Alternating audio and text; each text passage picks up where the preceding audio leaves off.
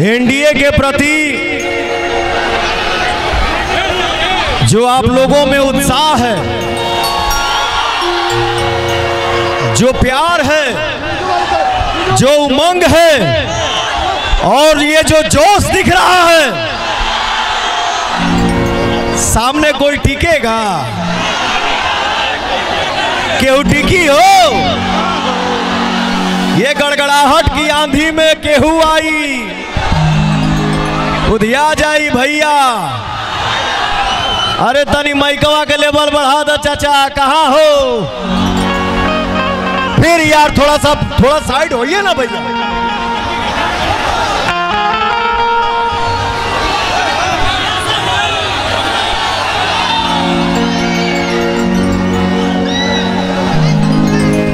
मंच पे जे भी उपस्थित बा,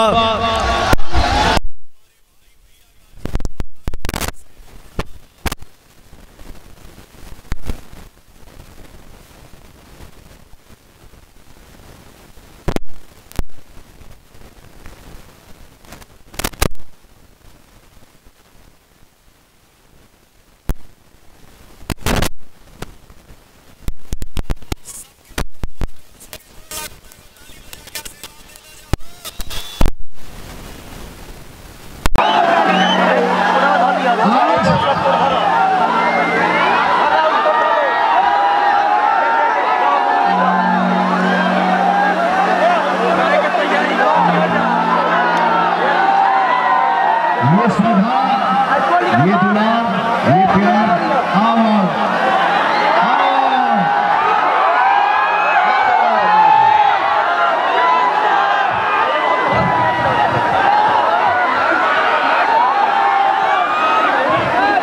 इधर मैंने कल परसों भी बोला, जब से बोलता हूँ यही बोल रहा हूँ, बोला हूँ और आजीवन बोलूंगा कि भाई का जगह पैर में नहीं,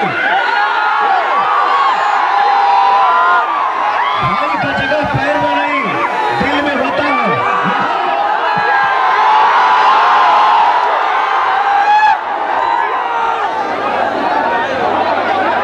ये बच्चा मेरा भाई, ये देखिए श्रद्धा, ये दुलार, लव यू आपको, जीवन में बहुत